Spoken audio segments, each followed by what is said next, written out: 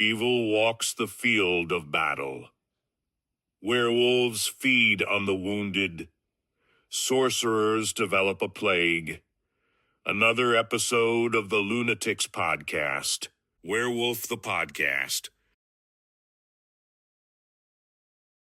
Welcome to episode 212 of this podcast, this most marvelous podcast, this niche podcast.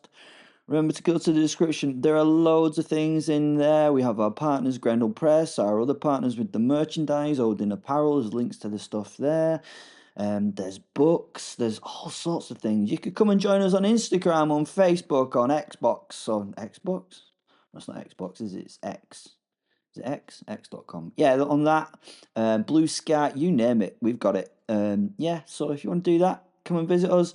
And this week's is very William Shakespeare-y. So for those of you who don't like it, I'm sorry, but it was such a fun thing to do. Huzzah!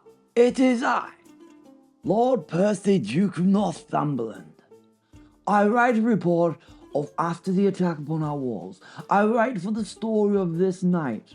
As always, I write so that those that come after us realize my greatness. I mean our godly work. Lo, what dismal view doth meet mine eye from this high perch of broken stone and shuddering wall. Yon camp of demons in mortal garb, those mercenary bastards, foul-born sons of war and coin, who even now do slumber in the mud midst pools of blood, not wholly theirs. The moon, that pale-browed mistress of the night, hath turned her face from us, ashamed, perchance, to cast her silver lamp upon such wretched pageantry. The clouds, thick as sin and blacker still, do gird the sky in mourning, and rain like sorrow wept by God himself falls heavily, falls hard, falls unending. Below, where fire once roared in hearth and hall, now stirs the stench of iron and opened flesh. And from these ramparts, oh high and grim with siege, are men, good men, broken by long hours and longer screams, they cast the bastards down, wounded wretches, gasping, clutching walls with blood-slicked hands, thrown to earth like carrion scraps unto the dogs that birthed them. Some live, nay, not for long. Their moans muffled in the mire, drowned neath death and storm, a horror, aye, a cruelty mayhap, yet I cannot chide them. For here we who wake yet do not live, besieged by devils not of hell but man, must needs do that which chills the soul to see the morrow. This war, this sullen wound that gapes and weeps upon the land, it strips the flesh from gentler things, from mercy, from law and love. It.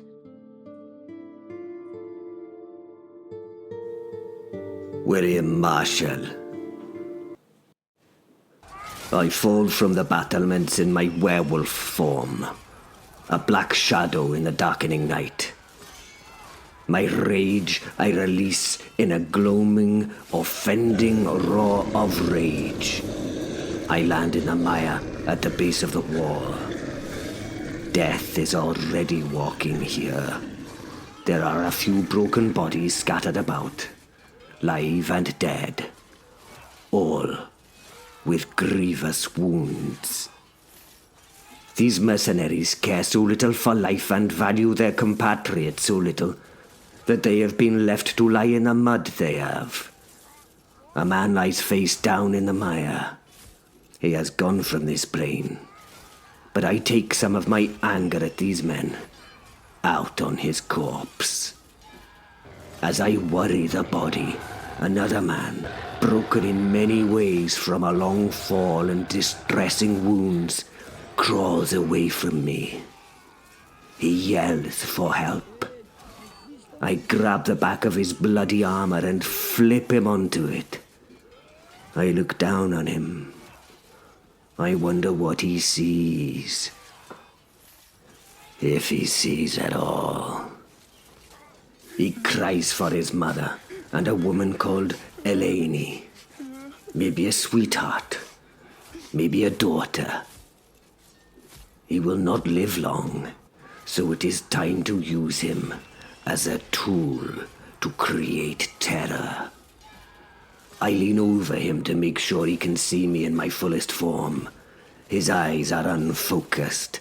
The light is leaving them. His soul is passing over to wherever it belongs in the future. He coughs, and blood is emitted from his mouth and nose. I lift him by his armored chest from the ground. Pain now racks him as his broken parts move. He screams, a bloody scream, a final scream. And as he does so, his lifelight goes out. This man is dead. I tear the now dead head from his slaughtered shoulders. I lick the blood from the available wounds. The beast I am needs feeding at times. Times like this. I cast the body against the stonework behind me. It thuds and falls in a slump. I sense men running in the night before me. I sense their fear now as they move away.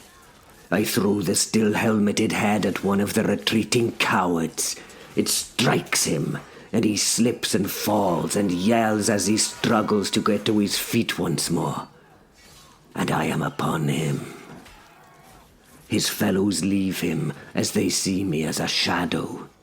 He is on his hands and knees, constantly slipping and falling as he tries to gain his feet. No, no, no, he cries, as he sees me stride towards him. The night is dark and dreary. Rain has meant that the ground is muddy, where many feet have passed already. I follow. I am the predator this night, and I follow, taking the weakest first. I catch up with the poor fellow as he wallows in the mud. He swings what must be a damaged leg. I can smell the blood that washes from a bitter wound he has gained. The man is already dead. He just doesn't know it yet. I move around the stumbling thing, and he crawls blindly into my legs. I see his confusion as he looks about him. The night is solid, it is. Solid. The night has become wet fur. He places a hand out in front and touches me. He touches the clawed feet. I can sense the confusion and the strangeness that he feels. He looks up, and I reveal my burning eyes, those eyes of fire. The pits of very hell itself are visible in those eyes. His future revealed. I let fly a kick that shatters the man's collarbone and shoulder girdle. He wails at his ill treatment. He suffers the damage loudly. I hope the other bastards hear him. I grab the man's head. I remove the helm. I grab the hair and lift him to my eye level. He hangs, limply, burbling. I take a clawed paw and slowly reach inside him. He shudders on my inserted arm. He fails. I rip my arm free. Blood gouts as it mingles with the rain. This man is no fun now. I drop the body and turn towards the bastard's camp, running now to get there and cause a night of horror for each of them.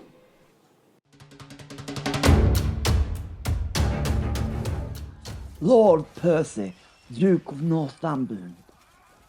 The wind howls through broken arrow slits, and the scent of blood and rain mingles on the battlements. I shiver, not just at the cold, but at the sounds I hear. I clutch my cloak about me to combat at least one of these.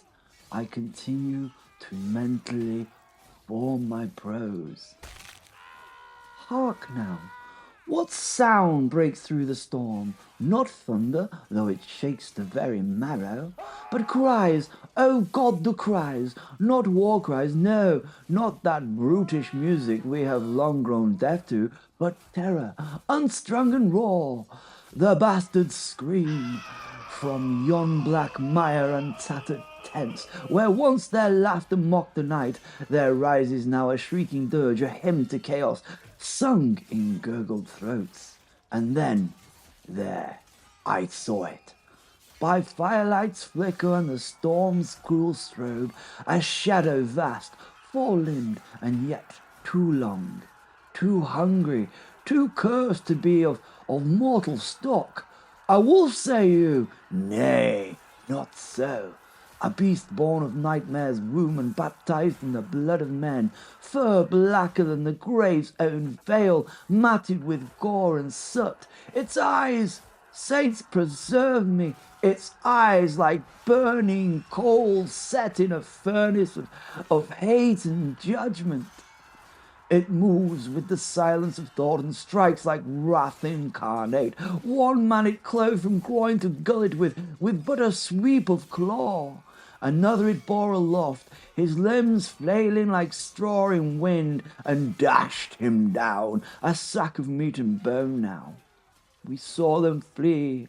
Veterans, cutthroats, devourers of coin and conscience, men who have slit throats for breakfast and laughed with the entrails on their boots. They ran as children do from the dark, stumbling through the mud, forgetting swords, weeping for mothers they barely named, and I, who have stood amidst the smoke of battle and the bitter aftermath of such, I, who have conjured kings and clowns with the stroke of my feathered pen, I did tremble. Yet, in this terror, this reaper of man's cruelty, there burned a justice. No wild beast this, no mindless hound of hell, but something righteous cloaked in dread. A devil, aye, but a devil on our side. So I dared to breathe and to whisper to the storm, let him feast, O monstrous friend. For better a demon that defends the innocent than angels who stand idly by. And with that, the screams did fade to sobs, and sobs to silence, and still the beast prowls. And we who live behind these strong, proud walls dare not pray for its end, for in its shadow we are safe. Just you hear. It is the morn, and the sun has risen, and the day has come. The rain stopped, the bitterness not. I sit on the battlements looking out over the camp. The ants in that nest are busy clearing that which was left after William's mission. A pile of bodies is forming on the eastern side. Many were lost in the night. Dead horses are visible, many of them too. They are ripped and torn. We can see that from here. I shudder. Thank God? Is that the deity I have to thank for that monster to be on our side? I reach for a bottle with hope. Nothing. So I cast it over the walls and hear it fall. It doesn't break. It could not in that bloody mud at the base of this castle. "Open the gates!" I hear shouted, and my interest turns to them. The giant doors swing open, and a naked man walks unsteadily through them. The man, William, is spattered in mud and gore. The defenders greet him as he walks. Some cheer, some do not. It is a complicated morning, a complicated start to the day, as some mourn and others celebrate. After a battle, there are many feelings felt. The feeling that I have is that there is a lack of wine. William makes his way to a horse trough. Once there, he dunks his head into the water and rinses some of the macabre mess that coats him from his skin. I watch Welly, his squire, run to him. He carries a rough blanket and some sort of clothing. William cleans himself as best he can. He dries and rubs himself down with the blanket, then puts on a tunic, tying the waist with a rope. "Will!" I shout. He turns to me and smiles, raising a hand in greeting. How goes it, Gervais? I can hear the resignation in his voice. "It is not perfect," I tell him. He laughs. Oh, I see. Why is that, my friend? I grab an empty bottle and turn it upside down, showing its lack of wine. Trumpets flare in the encampment outside. I see lines of horsemen form up with the brave cock, the Count's herald, at their fore.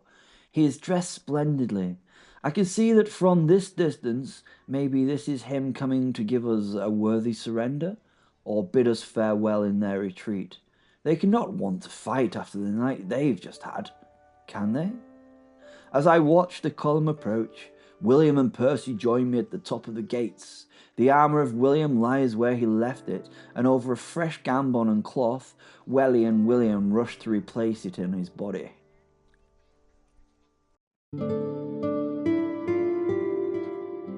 Sir Percy, Lord and Duke of Northumberland, and direct descendant of noble King Arthur, and oh yes, probably Charlemagne himself too, to be honest. I will continue with my story as it should be heard. Now broke the morn in brilliance pure and gold. The sun, as if God's eye, did cast its gaze upon a land blood-soaked and newly still. The black of night had passed with screaming breath, for lo, a beast, a devil cloaked in fur, did visit on the bastards dread and wrath. The werewolf, huge of sinew fierce and black, with eyes of fire and heart like burning coal, did stalk mid tents and slumbering men of war. It was no common beast, but something cursed. Some vengeance made of muscle, fang, and howl. Its talons rent through steel as though it were mere cloth, and cries did echo through the vale and hill as bastard men were torn from sleep to death. No champion rose, no captain held that line. The camp was thrown to discuss chaos, dread, and ruin. And where fire should warm, it only burned with fear. But when the bright and careless sun did rise, and larks did sing as though the earth knew not what carnage dark had danced beneath the moon, the bastards rallied round their count, the Perigod, a man more bone than blood, a husk of pride, who scorched in ego called upon a fiend. He brought a sorcerer, pale, long of limb, and stooped like a question never answered. This mage, this conjurer of foul intent, did boil in pots a broth of pestilence, from rotted root and fungus wet with slime, from livid toads and secret words of sin. He brewed a death to ride the wind to the walls, a storm to steal the breath from babes and lords. Now to the gate did come, with strut and pomp, a herald bold, in crimson hat and plume. He called himself the brave cock, no jest made, and crowed in accent tangled, thick with wine, and French enough to curdle cheese and sense. He read aloud, or tried, a threat full grim, that if the folk within did not yield sword, that ruin would upon them surely fall. By magic gas and mercenary rage, and to this speech, this cockerel's grand decree, Sir William Marshall came with iron brow, no poet he, nor orator by trade such as me, but forged of war and straight as tempered steel. He looked upon the herald, laughed but once, and with a soldier's heart and a soldier's tongue, told them, in tone both firm and unrefined, to Fuck off! and meant every sacred word. No courtly bow, no flourish of retreat. The gate slammed shut with final mighty thump, and thus the sun looked on a castle proud, its men resolved, its ladies armed in hope, its stones prepared to stand 'gainst fate and fire, and far below amongst the tented waste the bastards plotted, angry, sick with fear, with magic at their side and doom in hand, yet o'er it all like shadow cloaked in smoke, the beast still watched, unseen upon the hill, the wolf that fought not for coin, not for crown or creed, but only that which howls within the just.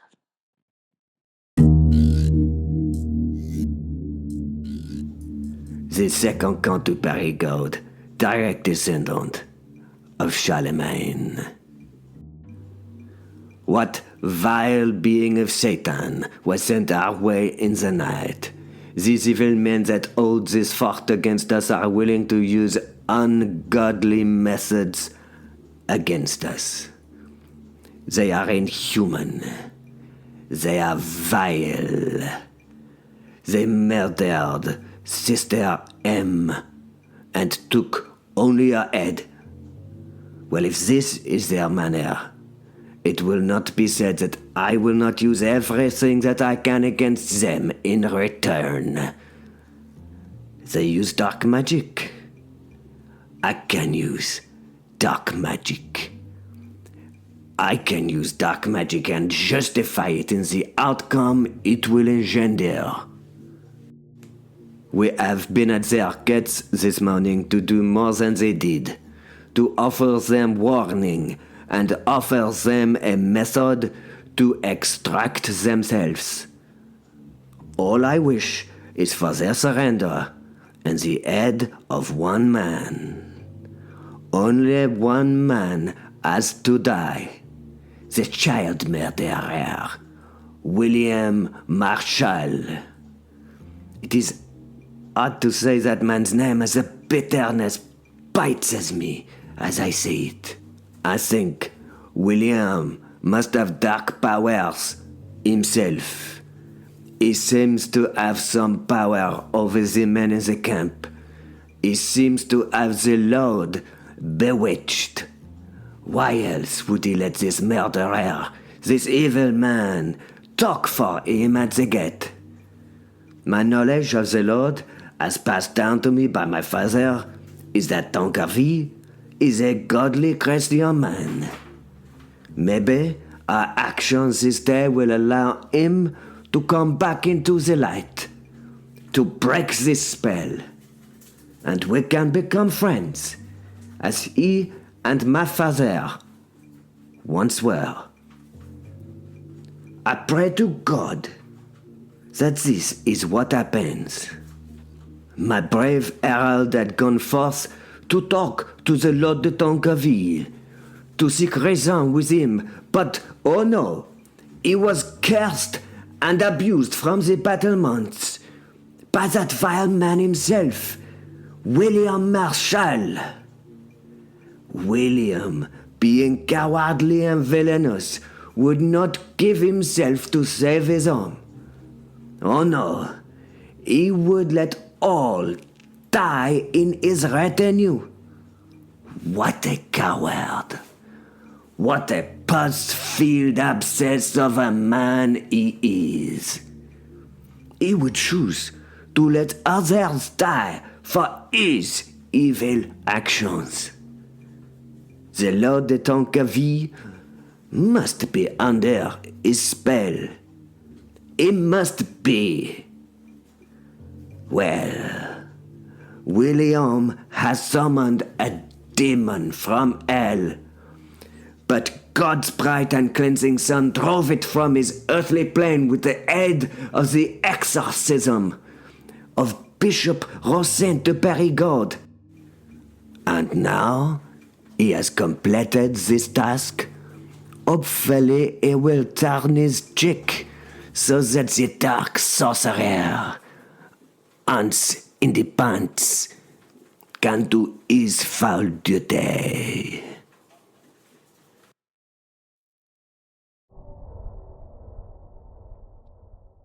I am the dread sorcerer, Antzindepantz. I am the dread sorcerer, a practitioner of corrupted nature and soulcraft.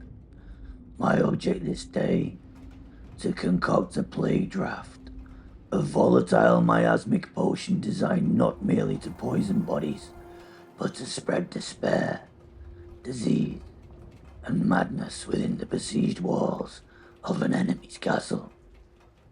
To unmake a household, you do not knock at the gates, you rot the lungs of the cook and the cradle of the babe. The base of my brew, my medium of corruption, has many ingredients. Black doled bile, collected from the belly of swamp toads raised in still water under a new moon. The base fluid, thick and acidic, breaks down skin and bone with on contact. Septic grave oil, distilled from the melted fat of plague victims buried in unconsecrated ground. It carries the stink and spiritual resonance of hopeless death. The core ingredients, the very vectors of suffering. Lung moss, a grey fungus harvested from the lungs of the recently drowned. When dried and burned, its spores cause violent coughing, fever, and suffocation. Rotted infant teeth, 9, always 9, stolen from dead children soaked in bile to leach out their lingering soul echoes of innocence betrayed. Despair lilies, grown only in cemeteries where the dead were never mourned, their scent dulls hope, and prolonged exposure drives animals to starvation. Scab of leper saints, blasphemously taken from a martyr's relic, crushed into powder to mock divine protection. The ingredients for the infusion of will, the potion's cursed spirits and intent. A whispered curse, repeated with every stir. Come hunger, come filth, come the rat's red eye. Binding of a homeless ghost, a spirit that died unremembered and unburied, trapped in the liquid to infect the dreams of the afflicted. A thread of wedding veil, stolen from a widow, used to ensure that the potion will unravel bonds of love and harmony inside the walls. The potion's catalysts and activators. Molten bloodstone dust, heated until it sizzles, then added to cause the potion to fume and rise in thick green vapors when exposed to air. Rat's milk, collected at midnight from plague-fed rodents, poured last to seal the brew and bind it to vermin. You may wonder at the method of deployment. Well, once brewed, the plague draft is stored in clay amphorae, marked with sigils of disease. These are then hurled by catapult or trebuchet over the walls of the target castle. Upon shattering, the potion creates a cloud of pestilent vapor and seeps into the soil, clothing, food store, and wounds. Many things will happen within hours. Fever dreams and hallucinations, bleeding from the eyes and gums, weeping skin, Pustules, rapid spread of coughing, illness and malaise, whispers heard in darkness, driving some to madness. The pots are ready now. Now we throw them forth. Brave cock, bring forth the trebuchet. I am ready to start my work.